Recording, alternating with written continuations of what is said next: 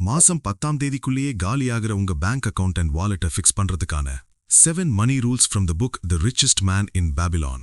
இந்த புக்கோட ஹீரோ பேரு அர்காட். அர்காட் ஃபார்ம் பண்ண இந்த 7 மணி ரூல்ஸ் தான் அவரை ஜீரோல இருந்து ரிச்சஸ்ட் மேனா மாத்திருக்கு. Rule number 1, pay yourself before anyone else.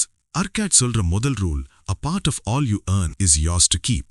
நீங்க சம்பாதிக்கிற ஒவ்வொரு ரூபாலையும் ஒரு பகுதி உங்களுக்கு சொந்தம். நீங்க கேட்கலாம், ப்ரோ வெயிட், என்னோட சேலரி முழுசா எனக்கு தானே சொந்தம்? கண்டிப்பா இல்ல.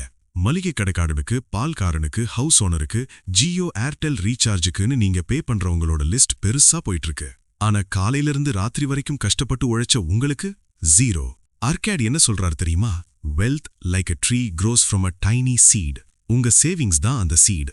அது 10,000 1 lakhஸோ, ஃபர்ஸ்ட் 10% சேவிங்ஸ், மீதி 90%ல தான் உங்க லைஃப் ஓடணும். புரிஞ்சிருக்கும்னு நினைக்கிறேன். Rule number 2, don't let life style eat your salary.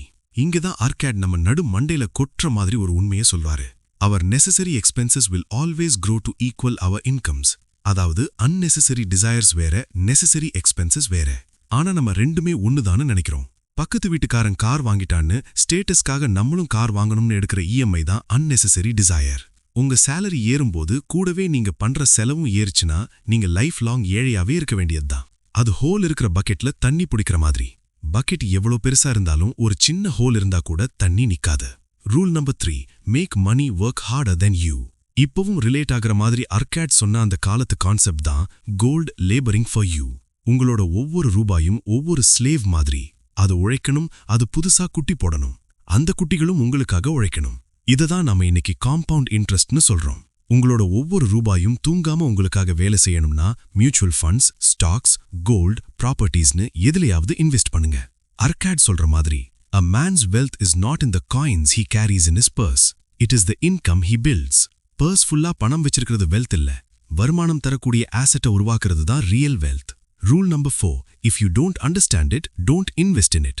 Single சேரவன்ட்ட போய் 1000 எப்படி பார்த்து வாங்கணும்னு கேக்குறது நம்ம தலையில நாமளே செங்கலை வச்சு அடிச்சுக்கிற மாதிரி. நம்ம பண்ற பெரிய தப்பு என்னன்னா, இன்வெஸ்ட்மெண்ட்னா என்னன்னே தெரியாதவன்ட்ட ஷேர் மார்க்கெட்ல இன்வெஸ்ட் பண்றதுக்கு அட்வைஸ் கேக்குறது, ஜிம்முக்கே போகாதவன்ட்ட 6 packs வைக்க அட்வைஸ் கேக்குறது, சேவிங்ஸ் பத்தி தெரியாதவன்ட்ட எப்படி சேவ் பண்றதுன்னு கேக்குறது. அர்காடோட rule is simple, consult with wise men. தெரிஞ்ச விஷயத்துல இன்வெஸ்ட் பண்ணுங்க, இல்லனா இன்வெஸ்ட்மெண்ட் பத்தி நல்லா தெரிஞ்ச ஆளுகிட்ட கேட்டு இன்வெஸ்ட் பண்ணுங்க. Rule number 5, turn your house into stability. Arcot சொந்த வீடு வாங்குறத blessing டு த ஃபேமிலின்னு சொல்றாரு. உங்க சேலரி ஏறுதோ இல்லையோ, வருஷம் ஆனா டான்னு ஹவுஸ் ரெண்ட் ஏறிரும். மாசம் ஹவுஸ் ரெண்ட் கொடுத்து ஹவுஸ் ஓனரோட வெல்த்தை இன்க்ரீஸ் பண்றதுக்கு பதிலா உங்க வெல்த்தை இன்க்ரீஸ் பண்ணுங்க. பட் அதுக்குன்னு 20 வருஷம் மாங்குன்னு இஎம்ஐ கட்டுற அளவுக்கு ஒரு பெரிய பேலஸ் கட்டணும்னு அவசியம் இல்ல. உங்களுக்கு பீஸ் ஆஃப் மைண்ட் தரக்கூடிய அஃபோர்டபுளான வீடை கட்டுங்க. ஒரு சொந்த வீடு இருக்கிறது ஃபினான்ஷியலா மட்டும் இல்ல, மென்டல் ஸ்டெபிலிட்டியும் கொடுக்கும். Rule number 6, future you is your responsibility. புக்ல அர்காட் இதை ரொம்ப கிளியரா சொல்வாரு. Provide in advance for the needs of your growing age. வயசான காலத்துல எம்டி பர்ஸோட நிக்கிறது எவ்வளோ பயங்கரமான விஷயம்னு யோசிச்சு பாருங்க. எமர்ஜென்சி சொல்லிட்டு வராது, உங்க வயசும் உங்களை கேட்டுட்டு ஏறாது. Term insurance, health insurance, retirement fund, இது 3 ஆப்ஷன் இல்ல, compulsory. Monthly term and life insurance போடுங்க. இப்ப நீங்க பண்ற இன்வெஸ்ட்மெண்ட் உங்க வயசான காலத்துல உங்களுக்கு ஹெல்ப் பண்ற மாதிரி பிளான் பண்ணுங்க. Rule number 7, increase your value. Arcot சொல்ற கடைசி ரூல் ரொம்ப பவர்ஃபுல்லானது. The more of wisdom we know, the more we may earn. நமக்கு என்ன தெரியுமோ அதை வச்சு தான் சம்பாதிக்க முடியும். நமக்கு அது எவ்வளோ தெரியுமோ அவ்வளோதான் சம்பாதிக்க முடியும். உங்க இன்கம் எப்போ ஏறும் தெரியுமா? நீங்க உங்க ஸ்கில்ஸை வளர்த்துக்கும் போது தான் ஏறும். புதுசா நிறைய ஸ்கில்ஸை கத்துப்போங்க. புது லாங்குவேஜ் லேர்ன் பண்ணுங்க. லேட்டஸ்ட் டெக்னாலஜிஸ் பத்தி தெரிஞ்சுக்கோங்க. வேர்ல்டு மாறிட்டே இருக்கு நண்பா. நீங்க உங்களை அப்ஸ்கில் பண்ணாம இருந்தா பின்னாடி போயிடுவீங்க.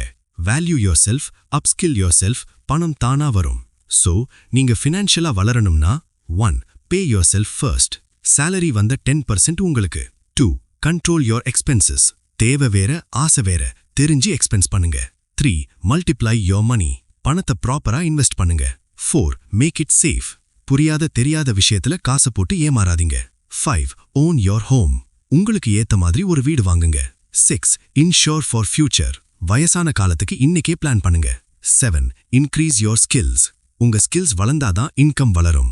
இந்த வீடியோல இருந்து நீங்க ஏதாச்சும் ஒரு ரூலை இன்னைக்கு நீங்க ஸ்டார்ட் பண்ணினாலும் 1 வருஷத்துல உங்க ஃபினான்ஷியல் லைஃப் கண்டிப்பா சேஞ்ச் ஆகும். இந்த 7 ரூல்ஸ்ல உங்க ஃபேவரட் ரூல் எதுன்னு கமெண்ட்ல சொல்லிட்டு போங்க. இந்த வீடியோ யூஸ்ஃபுல்லா இருந்தா லைக் அண்ட் ஷேர் பண்ணுங்க.